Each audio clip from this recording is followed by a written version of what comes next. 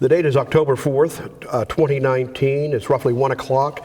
We're in the Senate chambers of the Kansas State House in Topeka, Kansas. I'm Jim McLean, a reporter and editor with the Kansas News Service. I've covered the legislature and Kansas politics for more than 30 years.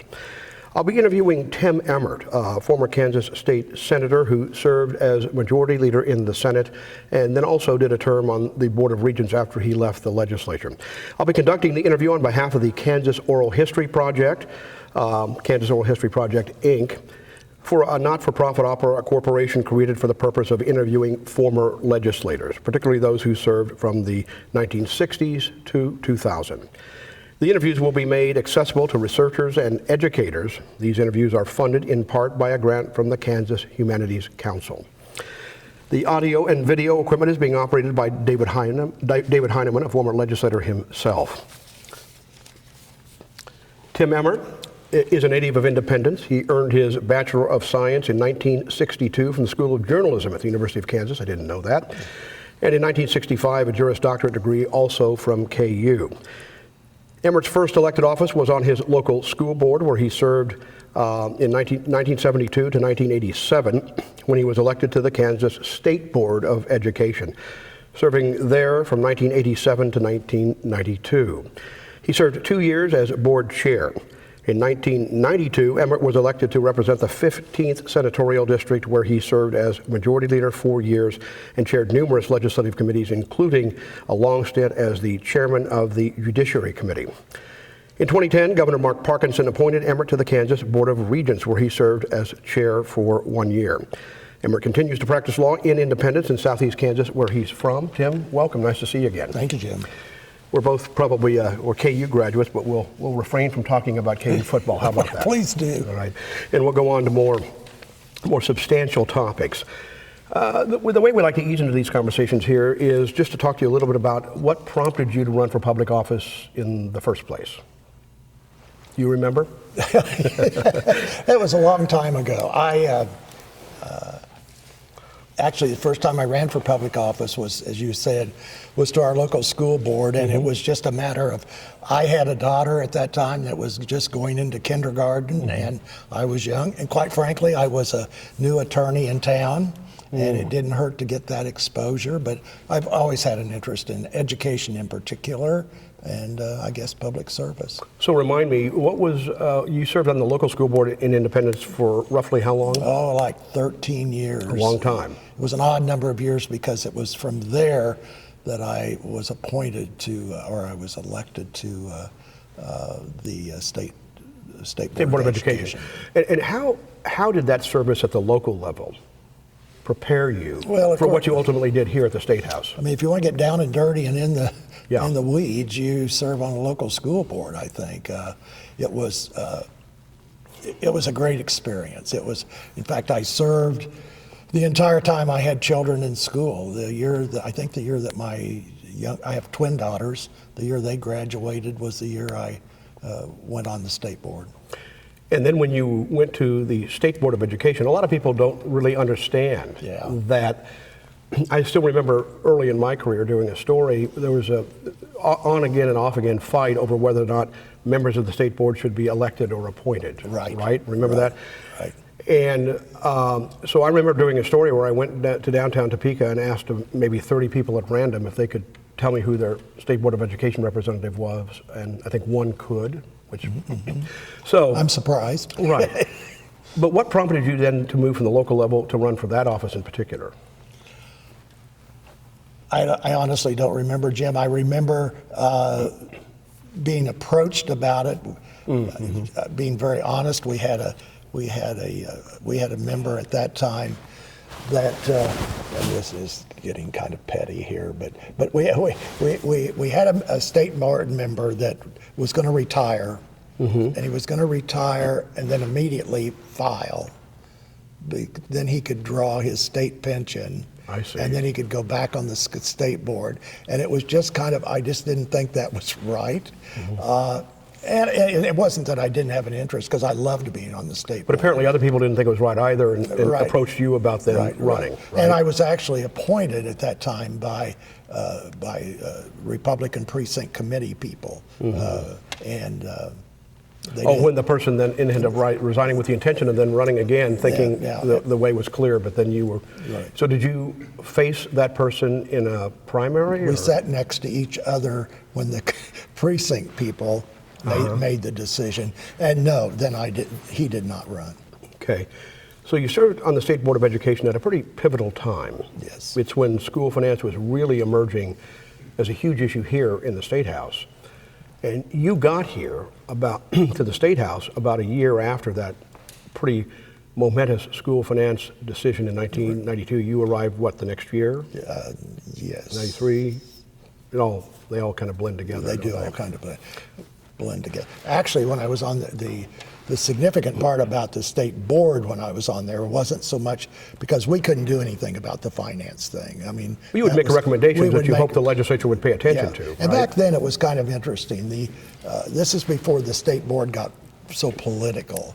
I remember finding out after I went on the board and had been on for about a year maybe, there were 10 members. And 9 of us were Republicans, and there was 1 Democrat, and I didn't even know that. Yeah. I mean, because it was very congenial, and everybody was there for all the right reasons. And I still love that Democrat a lot. She's a sweetheart. Do you remember who that was? Yeah. Okay. Yeah. But I remember covering the State Board of Education off and on, and maybe it wasn't political when you were there, but it got political. Really bad.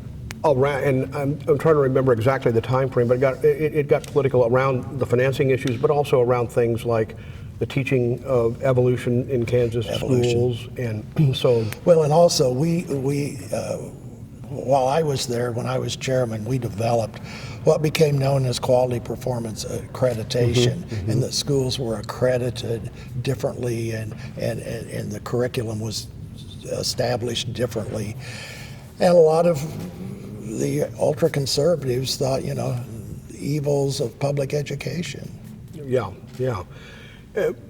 That's been a debate throughout Kansas history, starting with the Constitution when it was given a very high priority constitutionally, public education was, but there's been a lot of debate about that. And but what prompted you then, if you liked that job, it was nonpartisan, collegial, you felt like you were doing some good work, what made you decide to come over here to enjoy and run for the legislature? Well,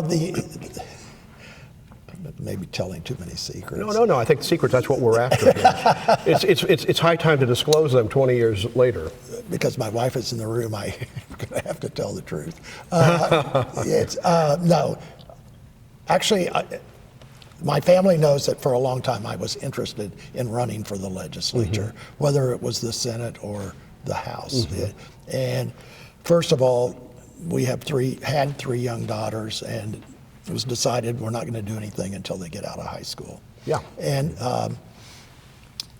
being in this, we had a string of a couple of senators that philosophically I did not agree with their position, and I thought I'll run.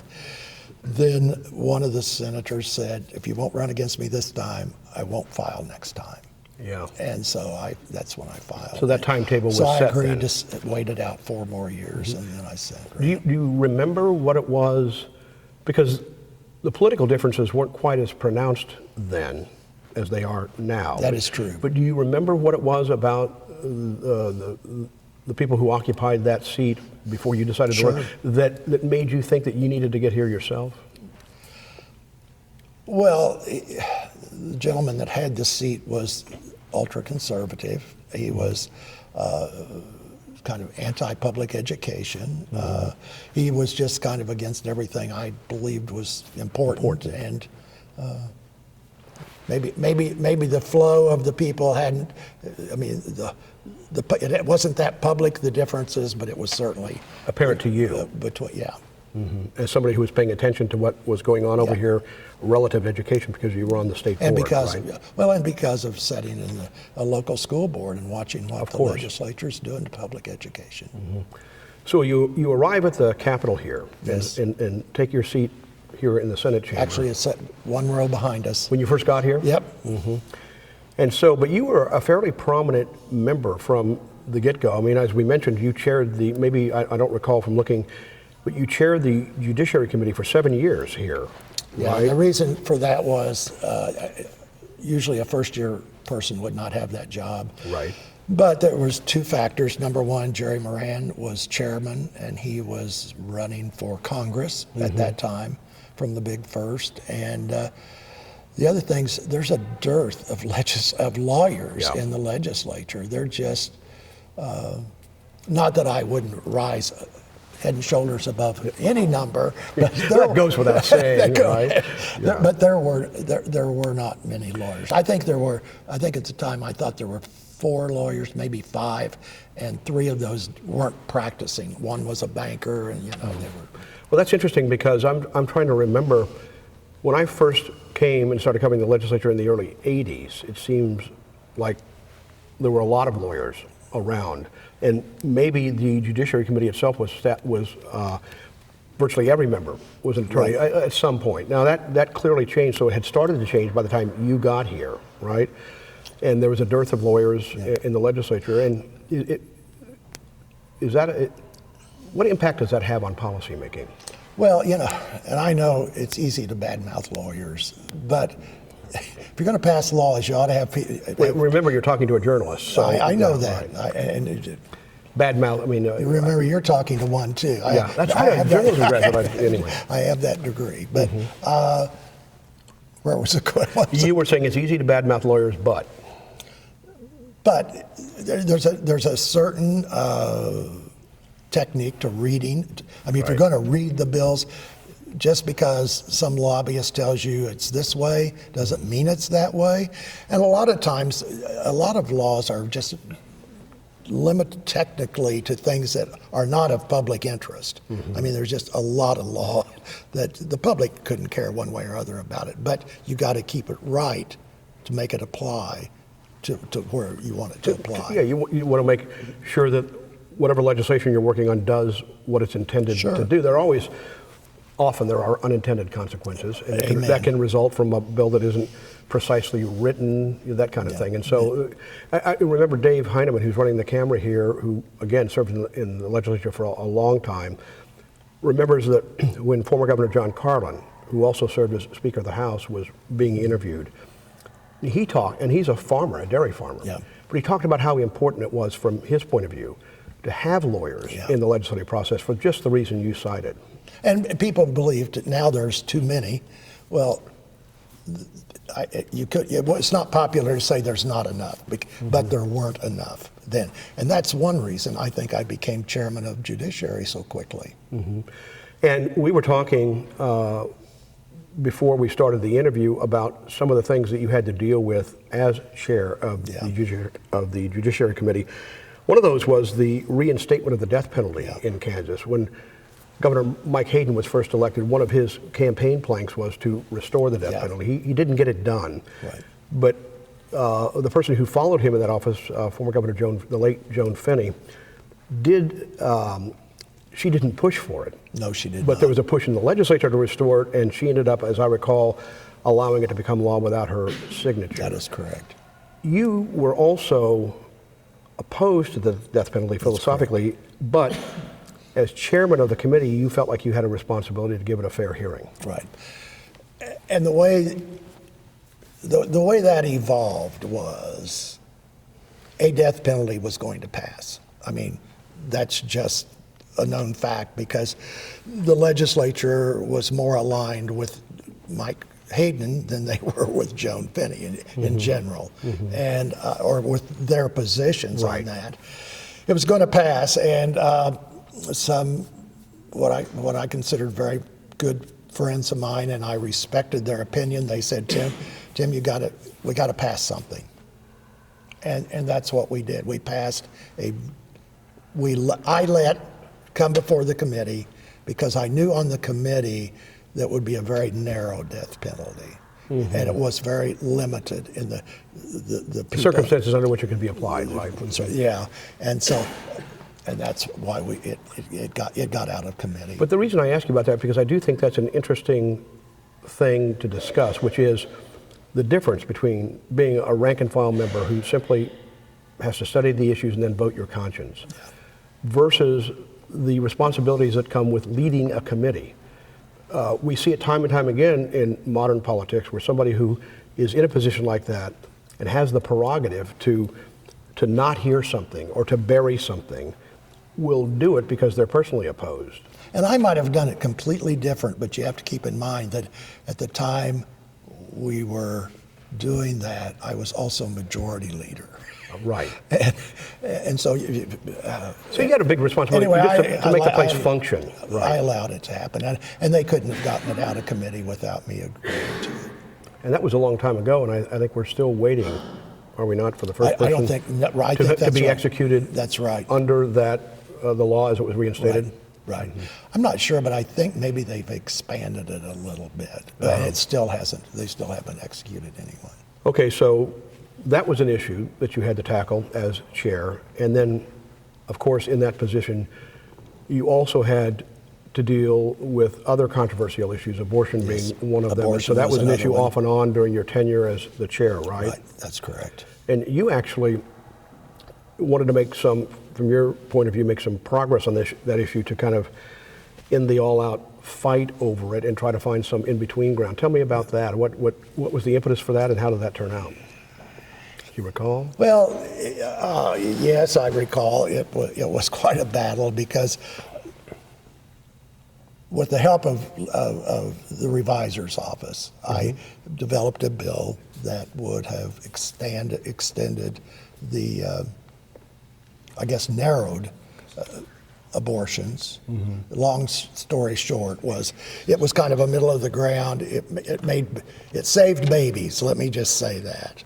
It didn't save them all, but it saved babies. And the far right and the Kansans for Life folks were absolutely opposed for it. The far left were absolutely opposed for it, but we got it passed. It was, unfortunately, I think it was the next year or the year after, the legislature repealed it and did some crazy thing. And the idea was to impose additional restrictions on late-term abortions. Late-term abortions, right. yes. And you thought by doing that you could make some progress. Well, I thought we were making progress and it was constitutional. Right. You know, I don't know with the present United States Supreme Court what is constitutional anymore, but up until then we knew pretty well what would be constitutional and what wouldn't, and most of the things that they were trying to pass were not constitutional. And when you served here, it was a very interesting time. Things were changing in this building dynamically, politically. That is correct. So rather than put a label on you, how would you characterize your politics? Are you a moderate Republican, a conservative, somewhere in between? How would you characterize it? How about a realistic Republican? Oh, I'll accept that if you tell me what it means. Well, it means let's do what we can do, and let's don't grandstand, and let's don't play to the press, and let's just try to govern what's best for my wife and family, and law and order, and it's.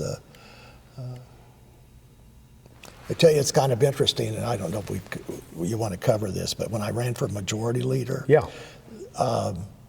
this was 1996, and in my belief, that was the turning point of the ultra-conservatives, the religious right, coming to power, because we had, when I ran, we had 27 Republicans and 13 Democrats in the Senate. And as you know, when you run like for majority leader, just the Republicans vote. Well, when I ran, the vote, and I say I won overwhelmingly, the vote was 14-13. And what I guess I've never said public, and I don't know if anybody knows this, the person that saved me was, and got me elected, was a very conservative legislator. She was a woman that I had known. Actually, she had come to Independence and worked on Sheila Bair's election to Congress, which I chaired her committee. Sheila Bair is the one who was a longtime aide to former U.S. Senator Bob Dole, right? No? She was, before she ran, she was with Bob Dole. Right. And then she became like chairman of the FCC. Yeah, right. She was very big. And one time, I think it was Time magazine said she was the second most powerful woman in the world, behind Merkel in Germany. But anyway, the lady that had run her campaign, and I'd been her campaign chairman, when I was going to run for majority leader, I went to her first and said, "Would you support me?" And she said yes, and she held by that through the entire election, or I would not have been the majority leader, because it was that close. Well, for people who are interested in the legislative process, I mean, that's a really rich story, an interesting story, I think. One, because it occurred at the time things were changing here. Yes, it was. You were elected majority leader by one vote, One by vote. 14 to 13, and the deciding vote was somebody who may not have been aligned with you down the line philosophically, but you had a personal relationship with that person, Right. and she knew that you were fair and you would run the Senate that way. I think so. You think that? I think that's what it's about, yeah. Yeah. Because she'd be the first to tell me no if she wasn't going to be there. So,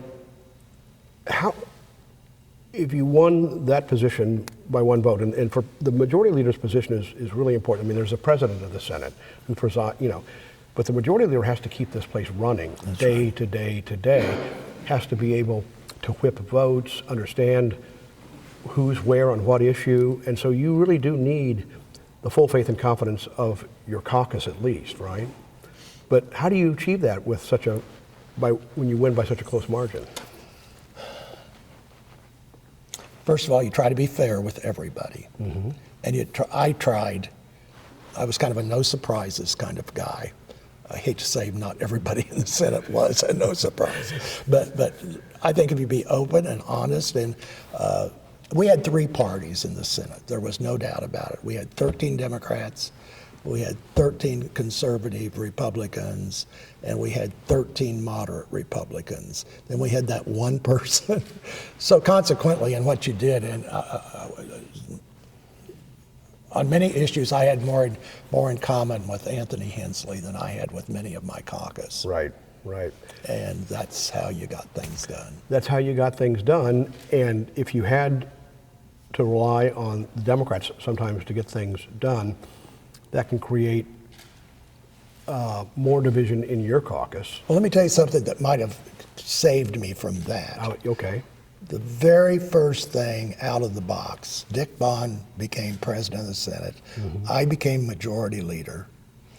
And we had this division of people and policy.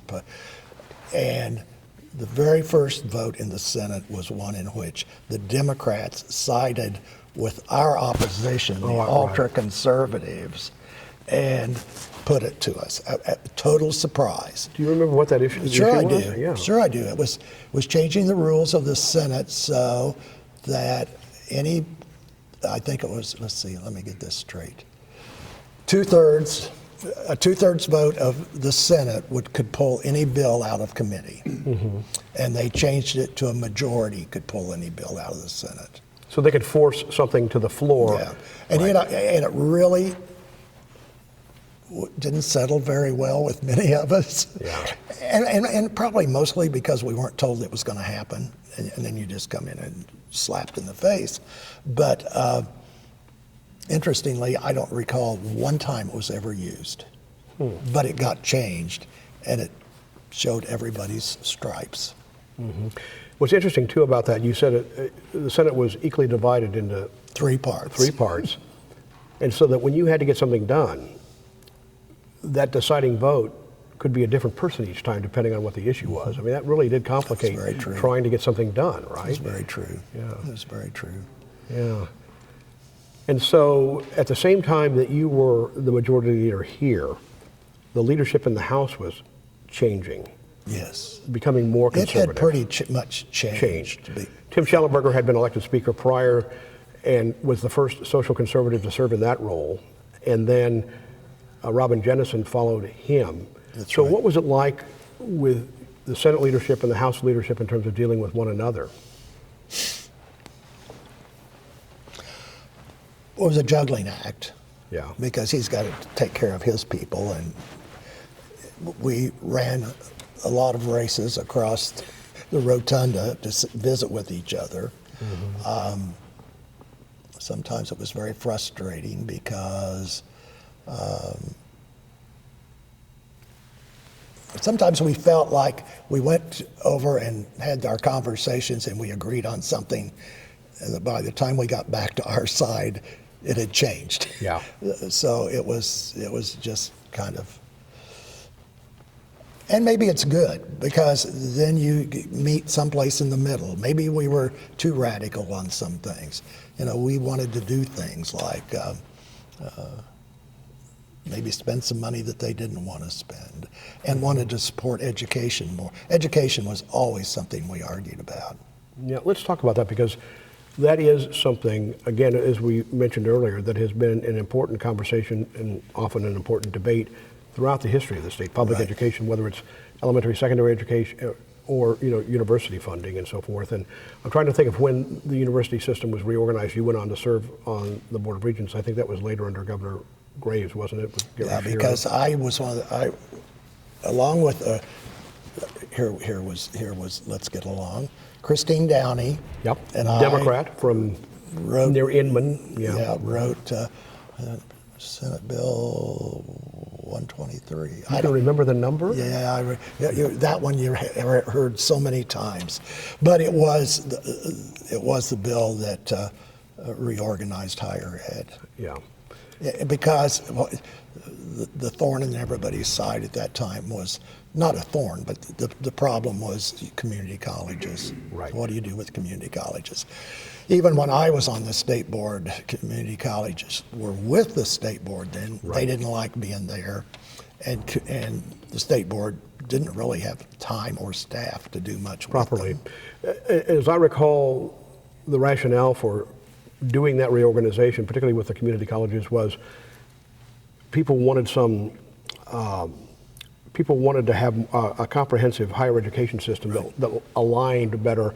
They thought there was duplication in the system, and the Board of Regents wanted some authority to help universities eliminate that duplication and to get community colleges working better with the four-year schools. And that may be true. I don't know how anxious all the four-year schools were to have them, them, or even how anxious the Board of Regents were to have them. To have that under. Mm-hmm. Yeah, but we felt it was right. It was, and I think it's been advantageous. A little side discussion here, because you come from a part of the state southeast Kansas. We have a few community There's a colleges. proliferation of community colleges. I mean, Independence, Coffeyville is how far from Independence? And 16 miles. And there's a community college there. There's one in Parsons. There's one in Chanute. There's one in Iola. And,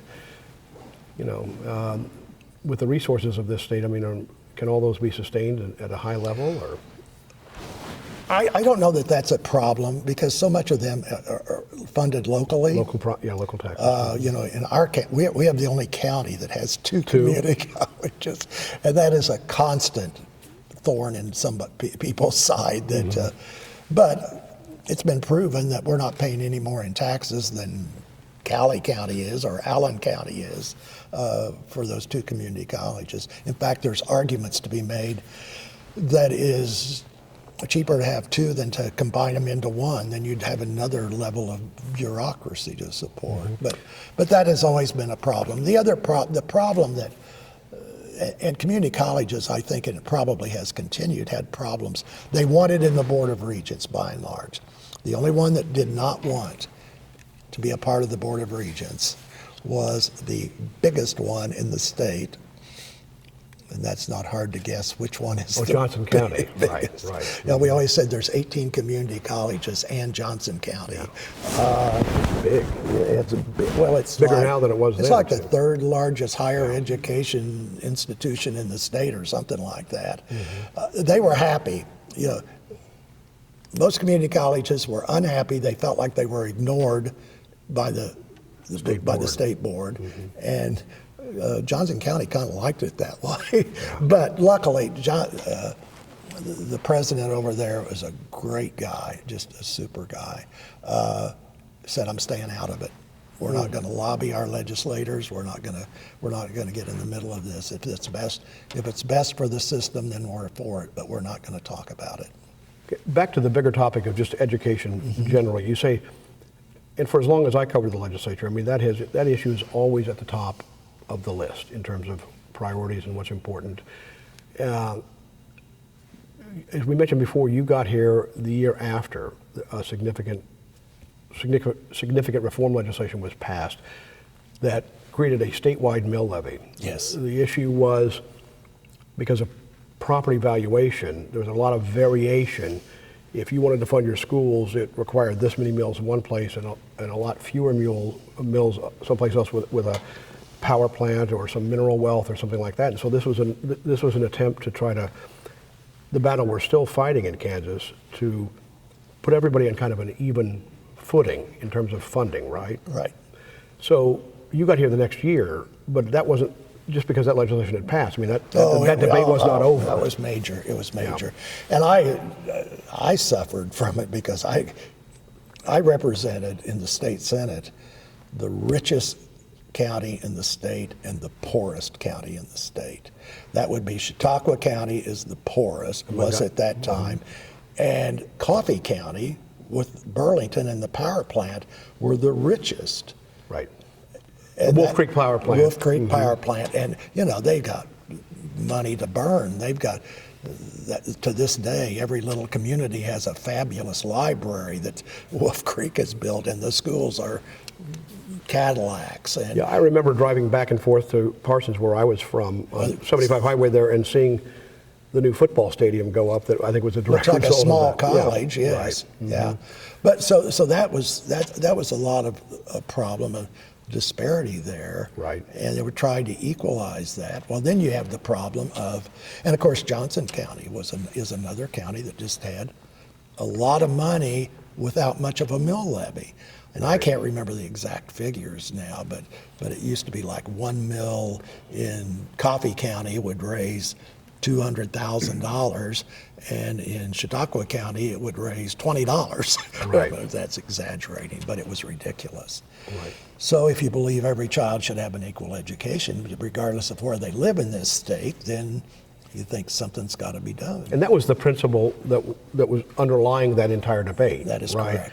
And in that same law, they created the local option budget. Yes, which created a whole different set of problems. But it was, yeah. People argued, particularly in Johnson County, right, yes. The argument from that standpoint was,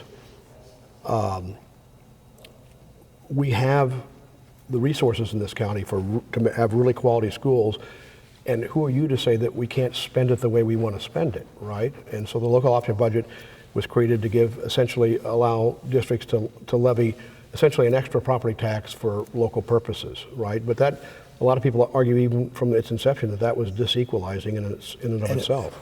Well, and it was. The question was how, there was always a cap on how much they could do the local option budget. And in the initial years, the question was whether they could even keep their local option budget that they had under the old law. Right, right. So what was the immediate fallout after the passage of that law in '92 when you got here?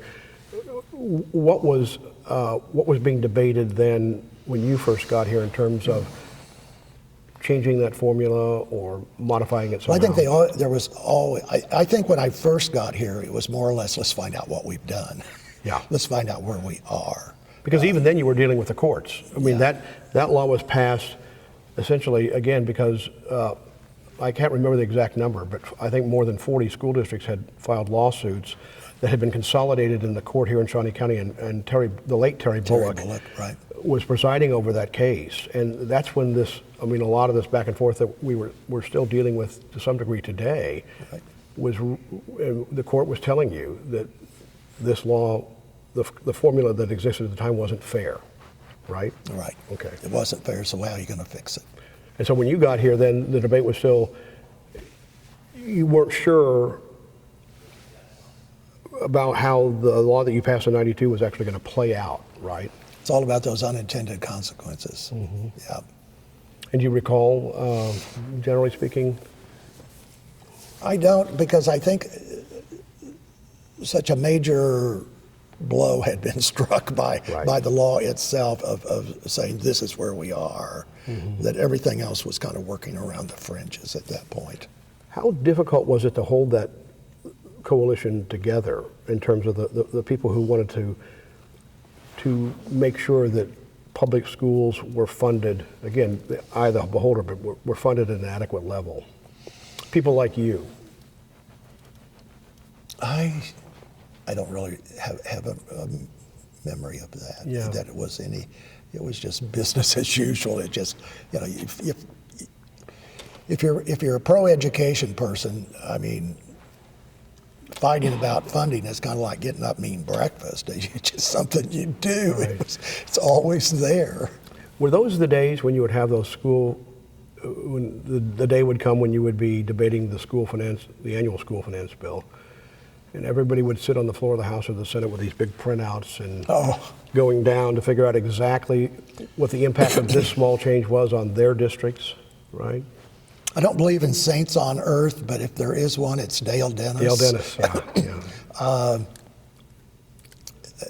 Just unbelievable. Just page after page after page. Yeah, and just for the record, so to speak, I mean, Dale Dennis, been at the State Department of Education for a long time, is quite a character. He has a unique way of expressing himself, of talking. He's got that pencil behind the ear, and he had mastered all of that and could almost do those calculations in his head on the spot. And you haven't censored what I'm supposed to say or can say, but I will tell you he's the most abused individual in this town by certain people in the legislature, and the most unappreciated.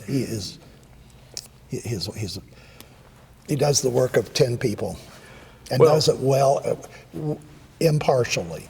Yeah, he's been here for a long time, and there was a move a couple of years ago to essentially discredit him. Oh, yeah. It backfired. Yeah. So he's been on the scene here for a long, long time. Still here. Yeah, and you got to know him probably pretty well when you were at the state board, on the state board.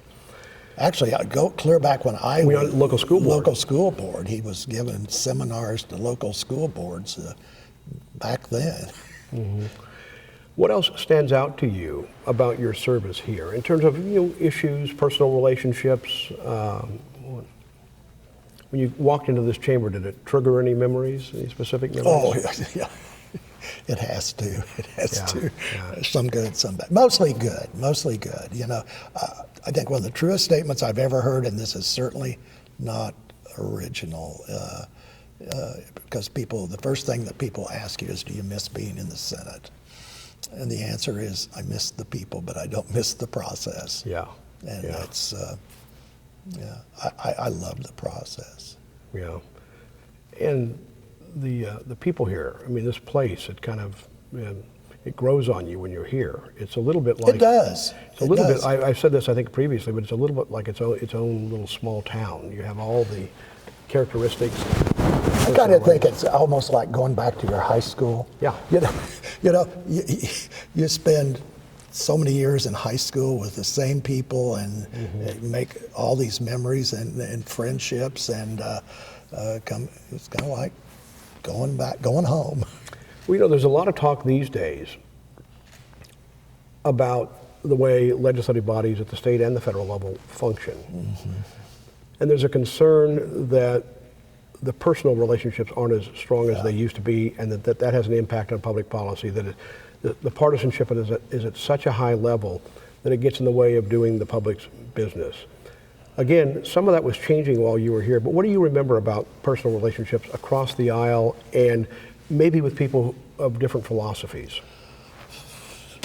It's like working on that higher ed bill with Christine Downey, who's obviously of a different political party. I have great respect for Anthony Hensley. I mean, I just think he is a jewel. And of course, I have a great relationship with Dick Bond.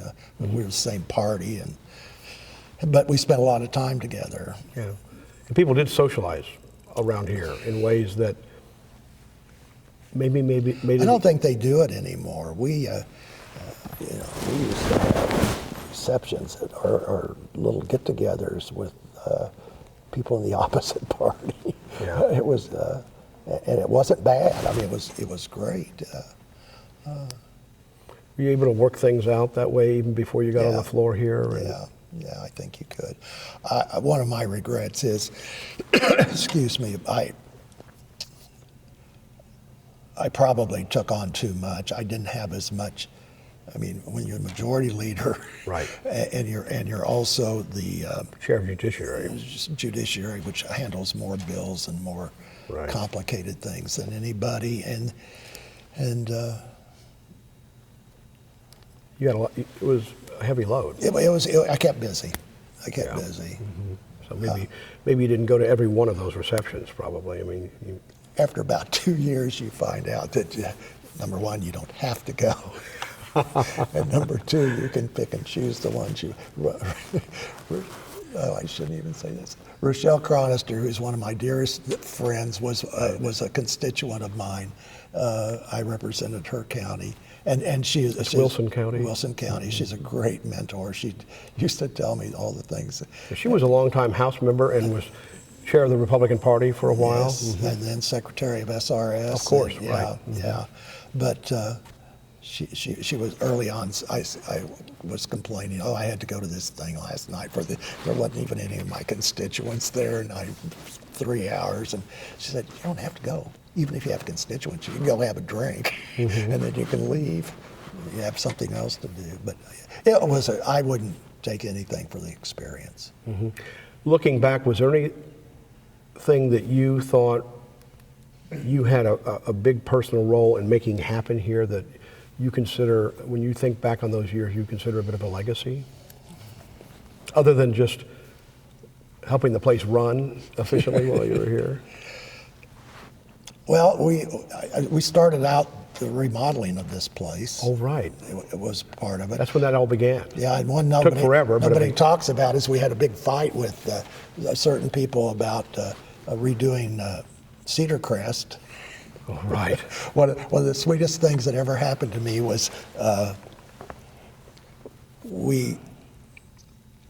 there was a bill, and since I controlled the bills, you could push them ahead. Right. And I pushed up the bill to get the Cedar Crest thing going, and Katie Graves, you know who that is? Was Bill Graves' The daughter. governor's daughter, right. who at that time was about 4 years old, brought me a box of cookies.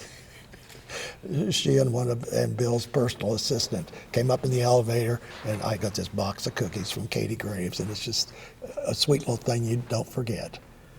And was she lobbying you for something? No, it was Those over. cookies? We had already done it. We'd already gotten what her mother wanted. And Linda usually got what she wanted. Yeah. Well, listen, they greatly improved that place. Oh, Lord, heavens, yes. I remember going there back in those days. There was a lot more collegiality around here, even with members of the media. And typically the media was invited to Cedar Crest for some sort of a Christmas get-together with the governor. And I remember going out there when Mike Hayden was governor. And I think we went down into the basement and watched the Super Bowl or something. Yeah. And I remember thinking how threadbare it seemed. Yeah. And then went back several years later to interview Governor Graves on multiple occasions, and was really impressed by the way they had just transformed that place, particularly the basement, which had just really, they did a great job. Well, the First Lady should get a lot of credit for that, because she and Friends of Cedar Crest, I think it's called, raised a lot of money. It wasn't just taxpayer dollars that fixed that place. I think it was before your time, but Karen Carlin, when she was First Lady, there was a big controversy about building a swimming pool out there. Never happened. But that's a really interesting place. That it's the governor's mansion that sits up on the bluffs above the river outside. It's beautiful. Topeka. It's a really nice place. And so, but back to the renovation of the Capitol. I mean, that's got to be something that you're proud of. Oh yeah, the bill we did only renovated the Capitol, and was mostly done to upgrade electrical and technical stuff. Stuff that had to be done. It was later that they added the underground parking. That's not in the original bill. Yeah, I mean, a lot. And it's beautiful. We're down there today. It's fantastic. I remember covering the renovation. It took so long. Yeah. When I was at the Topeka newspaper, and they brought people in. They brought in a Scottish stonemason to go up on scaffolding and sound all the limestone on the building, because it had been caulked inappropriately many, many years before, and water was getting behind it. And so he would ping it with a rubber hammer, and sometimes big pieces of it would just fall off because the water had gotten behind it. So I went up on I just remember the point of all that is how painstaking the work was, Yeah. and what a great job over time they did to restore this place. It took time, but it was worth it. Yeah, yeah. Okay. I just wanted to take my cue from Dave here.